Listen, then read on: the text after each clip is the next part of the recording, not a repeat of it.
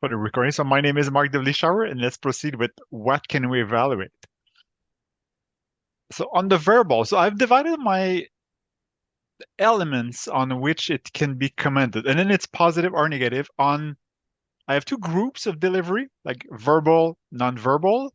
My third group is structure and content, and the fourth one is like purpose, the purpose of doing the speech. So we'll do it a bit interactive. So on the verbal, so this is where I would like to start the whiteboard. Can I see? No, so I probably have to share it. So can someone slide the whiteboard for me?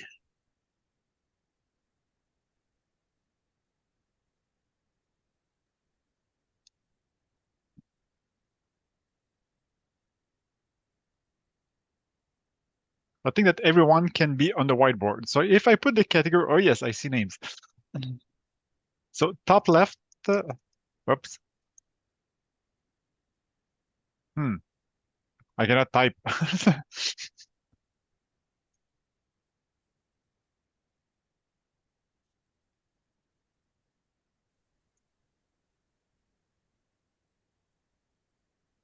Okay, I won't use the whiteboard because I'm not able to do it. So let's use the chat. So in the chat, type if you evaluate verbal delivery. So what could you focus on? What could be your element? So please just type element on the chat. That would be the simplest way to do it.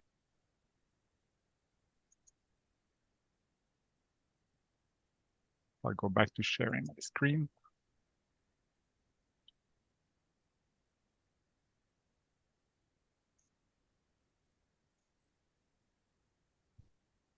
Do we have rate, pace?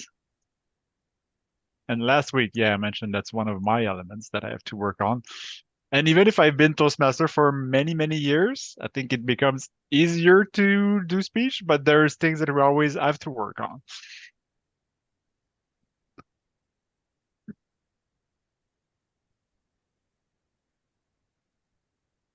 The speed, pace, rate of speech, volume, tone. So I'll go with my elements. Filler words. So most of them were kind of put into part. So filler words. So those are the words that we could add sometime, and when we look for something and we fill the void. So, but it's noise actually. So it's better to just think and go on. So that's something when we do Toastmaster, we learn to be comfortable with silence. And it's better to not say anything because it gives the audience time to think. Because if we say filler words like your ear and your brain has to filter that out. So they have to remove those sounds to say, well, this is not important. So it kind of impede communication. We I've not seen a good way to do it online, but in person, we had a bell. So if someone was using it, there was the grammarian, the role was to ring it. So we kind of stopped doing it at some, you learn very fast when you hear the bing to do it. So pronunciation, you have to pronounce if it's pronounced well or not. Clarity of the word, the speed and pace, and often they are linked. Like if I myself talk too fast, then pronunciation gets sometimes incorrect. Volume. So there's a volume. Is it loud enough? So often beginner speaker are a bit low, but also is it varied? So does it sometimes can someone can play with the volume to be very interesting? And the breathing too. So is the this is might be more advanced, but especially when we're stressed, like the muscle get all contracted, so it's difficult to breathe. Or is the breathing done at the right time? So sometimes taking deep breath before starting to. So there's an exercise that can actually be done to get the diaphragm more relaxed, so it helps breathing. So those are some elements that can be done. Like yeah, and sentence structure from Fred is there, and there could also be correct language. Could also put, and this is why we have a grammarian, especially in the bilingual club, because there's a lot of people that practice their, let's say, second official language for the government way of saying it. So there's the faux amis, so like false friends, like the words that seems to be the same one in French and English but are not the same. Well, if you were the chair, for example, well, n'est pas la chaise en français because it doesn't have the same meaning there. So those are some of the verbal elements that can be added on. So Helen had body language, but I'll put that in the maybe next one, non-verbal. So let's do Same exercise. So what would you suggest or think it could be added on or commented on for nonverbal? So let's use the chat.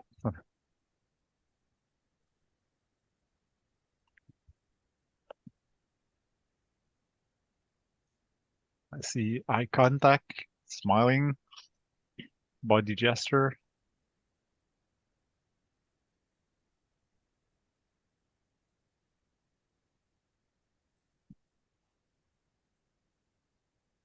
posture,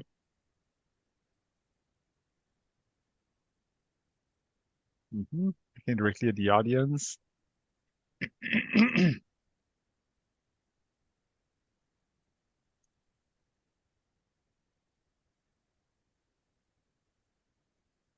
Emotion. So some of the elements that I added, like eye contact. So online, it's a bit more, I would say easy to do. You just have to look at your camera. But if you're in a room, it's a bit more challenging. So when I say to people, there's different elements, like the basic ways, like at least to look ahead, not your notes, but you could even look at the end of the room. And then next level is you look at individuals. The third level is you look at someone, you finish your ideas, and then you move to the next person. So you talk to everyone one after the other. And even sometimes some comments someone made during a speech, and going to Toastmasters, sometimes it's hearing other evaluators are is very interesting. There was a speaker that was speaking always to the same side of the room. So the speaker was going mostly left rather than right. So people on the other side were like never having eye contact. So those are small things that can be done. Gestures. And someone mentioned on camera, if you're in person, you could have the ends around your, let's say, middle body. If I do it online, you just see that I seems to be moving, but you don't see them. So it seems weird at the beginning, but if you look at YouTubers, they have always their ends there because this is where camera is. So if you're in person and online, it's not the same way to use your ends. Stance. And this is how you are standing up. A lot of people, when they're nervous, they cross their legs. So if you're standing up with legs crossed, your posture changes a bit, and then your volume, because of your body is not fully standing, you might have more difficulties pronouncing well. The volume is lower, and the way you look. So sometimes we took picture of the club, and then I noticed it seemed to always been slanting on the same side. And then I noticed because often when I stand with the lectern in the person to deliver a speech, I put all my weight on one leg, and then it shifts me. So I have to think about that. So those are elements that can be done. And then when you do it online, so today actually I'm sitting, and this has been when the beginning of the pandemic when we had more online meeting. It's better if you speak standing up and it shows it ears because there's more energy when we're sitting. Sometimes we start to shivel, like to get around the stairs, so on the chair. So that's something that to be aware of. So even when you deliver online, it might be good to try to stand up if you could have your camera at the right height. Position and movement. So it's where you are. So stage use. Someone mentioned that. Like, yeah, Terry, and I think maybe Andrew is when you're in a stage, you don't want to stay at the back. So there's some technique that can be done. So it's good to try to use it. And if you move around, it really brings energy to the room.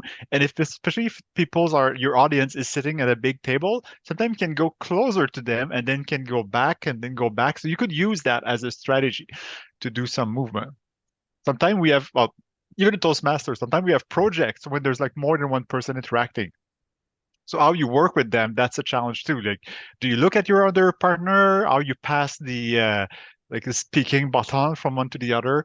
Those type of elements can be commented on. And then interaction with the audience. So that's a good way to bring the audience in your speech. So in Toastmaster, when you start the program, at the beginning is really just to be able to get up there and deliver the speech. But then the more you progress, you want to get the audience in your speech. So this is you could go with rhetorical question or even interaction, like end-raise survey. So you can start a speech like, oh, who in the audience has ever never delivered a speech? So you could use the online when in a room it could be done. Uh, and then the chat survey, getting people involved. Those are all elements that could make the speech more effective. So that could be commented on. And even in a big room. So uh, when I was in charge of training in Pattern Branch, so sometime we had a room like 24D, so there was about 100 persons sitting there. I bought some colored plate, like dessert plate, small ones. So everyone had like three of them, so they could vote by color. So there was a way, or even like a sheet of paper with letters. So there's a way to get like interactive quiz, even if in person in a big room. So one can be creative. So let's move to structure and content. So let's use the chat again. What could be some elements that could be commented on for evaluation?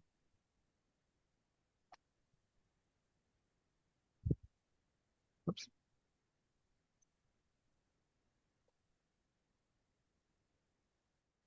Yeah, so there we mentioned wrote the classic intro, body, conclusion, and then Natasha kind of followed like the flow between those different parts.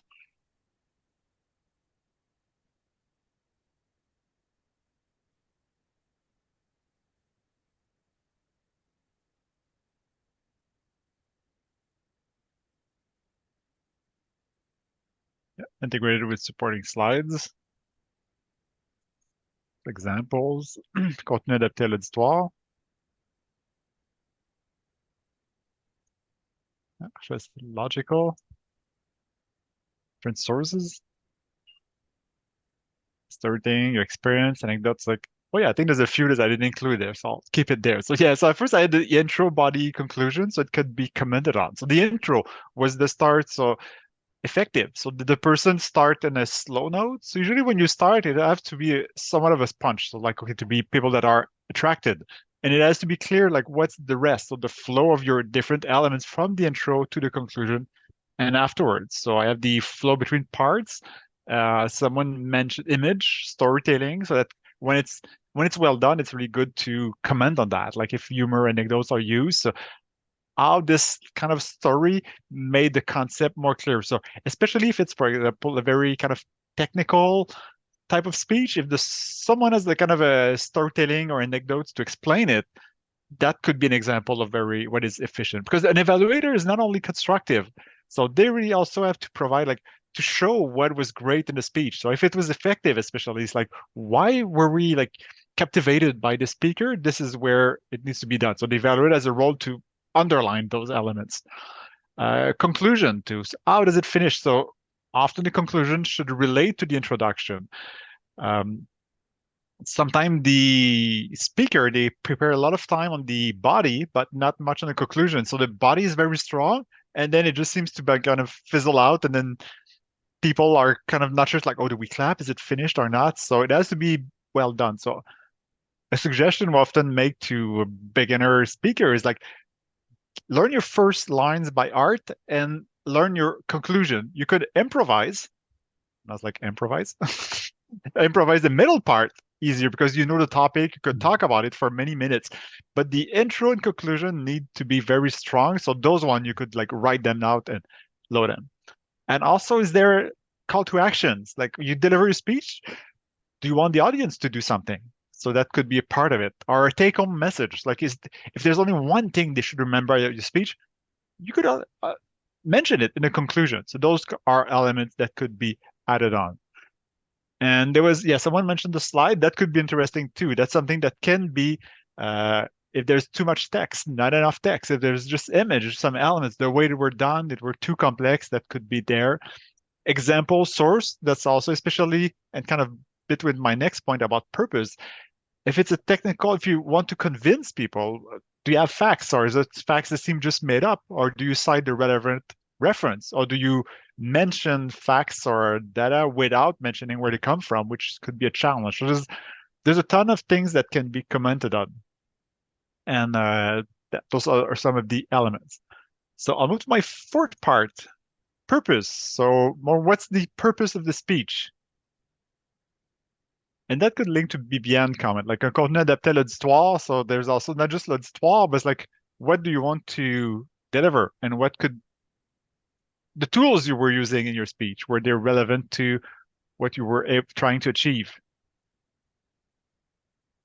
So we could put some notes in the chats, sorry.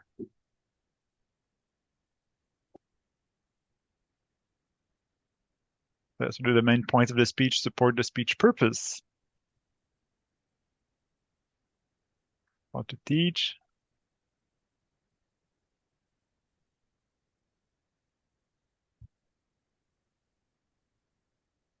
reinforce the subject,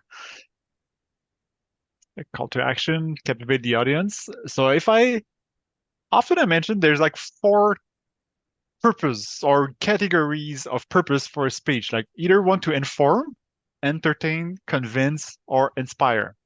So I would say it goes from the easiest to the most challenging ones. Inform is information. Entertain, there need to be some humor, some variation, tone. So convince, you need to have facts, but also you need to call to a bit more the emotion of the audience. And inspire, it needs to call a lot to the emotion of the audience. So you have to establish a link. So depending on where it is, the tools we could say, or the way you use speech are different. So already I mentioned like one is more fact, one is more anecdotes, one is more emotion. So it needs to be relevant. So sometimes, most often comment that I made, sometimes it's not clear if it's only info or is to convince people to use something. So this is where other elements like call to action go on together. Like there's the audience. So the this expression I had in the training world, the with him. So what's in it for me? So why should the audience listen to it? So they decided to go to a Toastmaster meeting. They're willing to give you 7 minutes of their time or 10 minutes or half an hour. Well, why should they care about it? So it's important at some point in your speech, better in the beginning, that they know why they should listen to you. And this reminds me, even the intro, which we didn't have today because maybe there was a bigger one last week. Usually there's an intro of the speaker, which is part of the speech. So the speaker should make sure that in the intro you define what's the credibility of the speaker, and then why is it important to listen to that subject. So it's like, why should they listen and why are you as a speaker relevant? And it kind of links to that. So it is important sometimes for the speaker if they talk, let's say if I want to inform because I love, I don't know, animal welfare. And for me, it's very important. Well, maybe I should still highlight it. Why should everyone care about that at the beginning of my speech to be sure that they are listening, that they are captivated by it? And is the objective achieved? So if it's the goal is to convince, but it's more informative, maybe there's something that's missing that you could comment on those type of elements. So it was the appropriate tone or content. So those type of elements that could be what is the purpose. So the reinforcement, so the support, so and they all go together. Because here I mentioned like what's the purpose and or was the audience like kind of into the speech or did they find what they needed? But this comes back to, oh, maybe the speaker used like a rhetorical question. So when you do your speech evaluation, you could actually link your parts, link saying that the purpose was X, and then using the tool, let's say there was a discussion to engage the audience, it was very effective. So all those elements can go together. So those are all elements that you can comment on. But if you remember it's in my sheet. So when you deliver one, you have maximum 3 minutes to do it. So you cannot talk about everything. Even you won't evaluate all of those at all speech. You just, if you remember last week, I mentioned you first talk to the speaker before they start. So you ask them if they have specific elements that they want the evaluation to focus on. So those could be top of your mind. And then afterwards, you could evaluate whatever you want. So what's more obvious for you? And if you're a beginner evaluator, you might either think about those four categories, trying, okay, I'll try to find a comment for each of them, or even within categories, focus on some that are more relevant for you. Further in a club, after a while, you know your colleague Toastmasters. So you know a bit more what their strengths are and what their challenges are. So you might want to focus more on the challenge and look at those type of elements. But you just have a few numbers. So when you fill your evaluation sheet, you note a number of them. And when you deliver it, you have maximum 5 elements to comment on. So I try to have like 3 positive and 2 constructive. But you have to decide. You have to make choice which ones are the most relevant for the speaker, but also since you're doing a verbal evaluation for the rest of the club. So if there's some elements that are only for the speaker, I sometimes keep them in writing. So I try to select the element that are key, but it'll be learning points for the speaker and the audience. And it might seem a lot. Well, this is why we also deliver this evaluation as a personal opinion. So I found this elements to be good. I think this could have been done different. Not that it was like this was wrong. This is the way everyone should do it. We provide it as a personal opinion. And again, for maybe new people to Toastmaster, there's one evaluator that is assigned to do the verbal, but other members also provide comments. So they write comments, and this is very useful to balance opinions. I did some speech sometimes where the opinion I received were contradicting each other. So one was saying like there's too much detail, the other one is not enough detail. So you say, well, that's probably in between. So if everyone is on the same side, you might say, okay, that's really something I have to change. But sometimes it's more balanced. So even if the evaluator was very strong on something, maybe other people might have different view. Or another example might be if the evaluator is more has less experience. So they might not see all the potential for improvement in the speech, while a more experienced member sitting in the audience might provide those feedbacks in writing afterwards. So I think this is important that in a club, not only just the evaluator provide the evaluation, but all members provide some comments too. So now I see the green lights. So I suggest that we move to your part. So some of the participants to try it. So if you want to do a mini speech, like a short evaluation, so you could do an evaluation that's less than 2 minutes, try to aim for one. So maybe it could be simply you open your evaluation, you do maybe one positive, one constructive, and then you can conclude it. So if there's some volunteers for that, maybe if we could have others, those that didn't participate last week, but still if we don't have any volunteers from new to this week, we could go with other than the one from last week if they wanted. So any volunteers to try an evaluation?